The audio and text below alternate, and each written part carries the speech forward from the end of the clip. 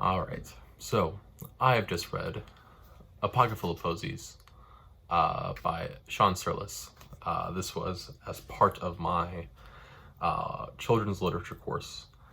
It's more of a young adult, middle school-ish level book, I would say, without looking at what this actually age intended for. That would be my presumption. Requirement for this was that we had to have a fantasy chapter book written within the past 10 years. This was actually the most recent of the books that I got for this class, because this was published in 2022, so very recent. I really did enjoy this. One of the things that I have noted as I've been reading through stuff and slowly working through my library stuff is that the more recent we get, the better the books are. And that's not to say that old books aren't good. However, there's a reason that the classics survived, and then there's reasons why some didn't. This is a book that will certainly not become a classic, but I could certainly see enduring in some way. Yeah. And maybe that's just because it's more appealing to me as a modern reader. I'm sure if I was older and was reading books at this time that were made for me at that time, I'm sure I would like those better. But that's just my own personal thoughts before we get into actually the book. This book's really interesting because of this fantasy type. I usually don't read fantasy. I guess that kind of depends on what your definition of the fantasy genre is. But I don't tend to read a lot of it. However, still, it was a very, very good book. I read it in a day. Basically split up into two sections. I read the first half, went to classes, and then came back, read the second half. Details the story of a freshman girl named Parker, has to basically fucks up in her home life, and then same night that happens, gets the opportunity to move across 6 states, which seems like a lot, but it's moving from DC to Massachusetts. So it's like, it's 6 states, but it's really like a half a state, but still same kind of deal. Moves to an idyllic town, and then once we're at the idyllic town, we see this whole kind of conspiracy thing. Really this whole thing of Parker trying to reason through issues that are clearly happening, but also at the same time, this town is giving her everything that she's ever wanted. It's giving her a purpose, it's giving her popularity, it's making her feel like a human, which I think is something that's kind of gets ignored sometimes when we were looking at kind of like middle school, early high school, is that oftentimes the kids just don't feel human. They feel isolated, they feel alone, and then they just kind of hide, and they hide for the rest of their high school lives, and then they hide if they go to college, and they just kind of sit in the back and do nothing, and they just pass, but they don't really live, they don't really grow. So that's that. But yeah, that goes on this whole conspiracy thing of what this town is doing.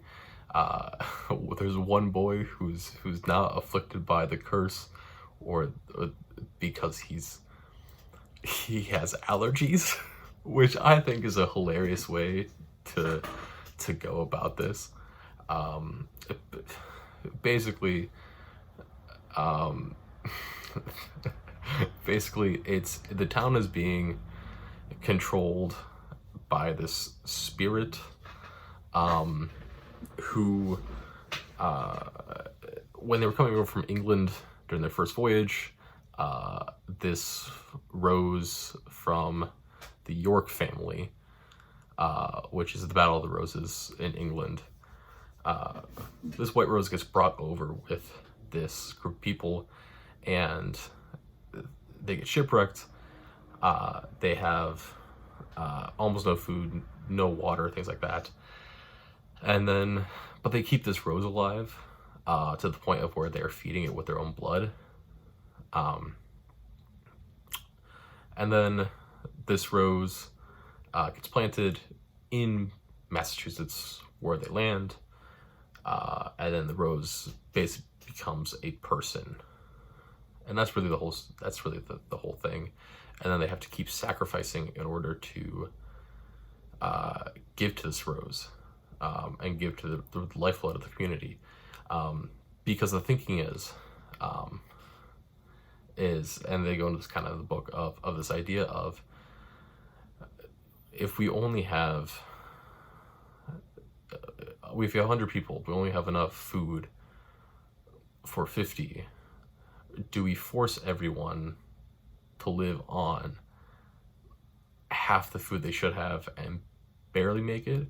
Or should we sacrifice 50 in order to allow everyone else to survive and be well nourished, and then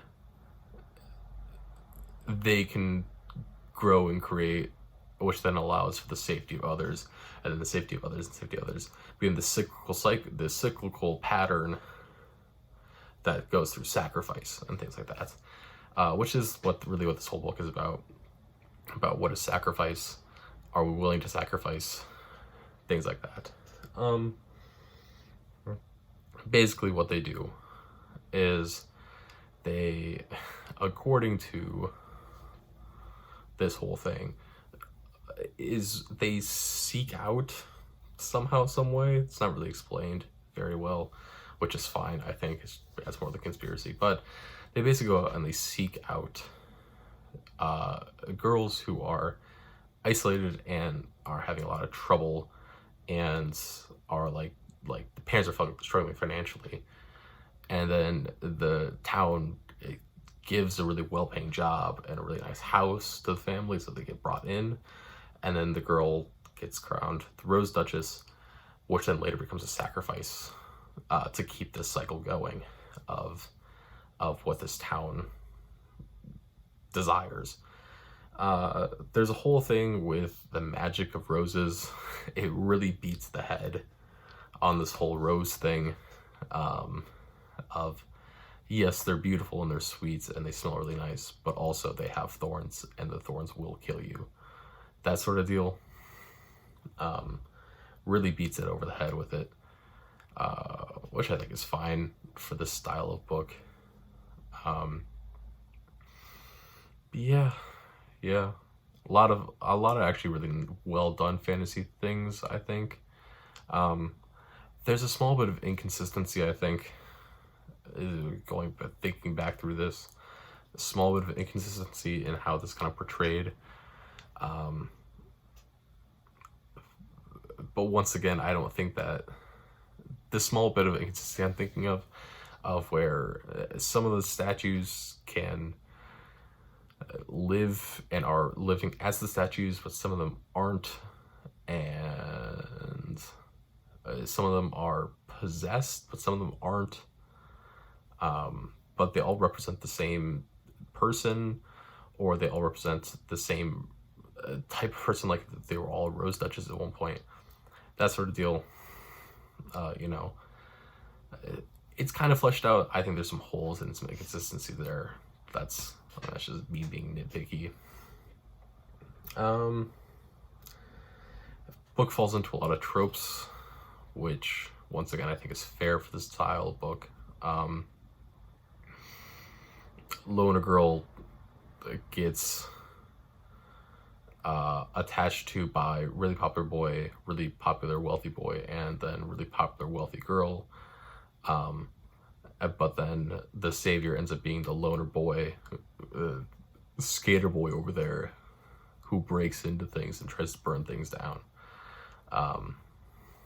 I think, you know, it's whatever. I think really the big takeaway from this book, if I'm gonna take nothing else away from it, is this book questions what is loyalty and what is friendship. At the very beginning of the book, basically what happens is there's a prank gone wrong, there's initiation gone wrong, and Parker leaves her best friend to take the entire fall for breaking and entering into a rival team's school. But at the very end, it is the Danny, who is the best friend, who they have not spoken for, I mean, a month and a half by the end of this book, who is the one to save Parker. And it's because Danny comes entirely on her own accord because of 2 texts from some random boy that said, hey, Parker's in trouble, you should come here. Yeah, loyalty, friendship, not allowing your friendships and relationships to get destroyed because of personal fears and personal guilt. Yeah, that's that. Number wise, where am I gonna put this book?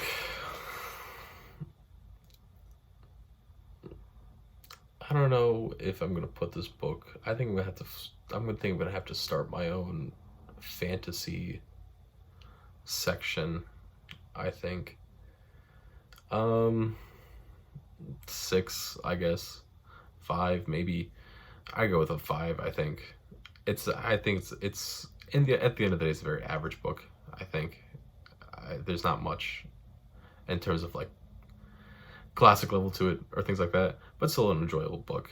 Probably not a high likelihood I would ever read it again, but I think this would be a book if I kept it around as a teacher and like had it in a classroom, like, hey, here's a fun book to just work through and read if I have a kid that likes the occult or things like that. That's that. Solid 5.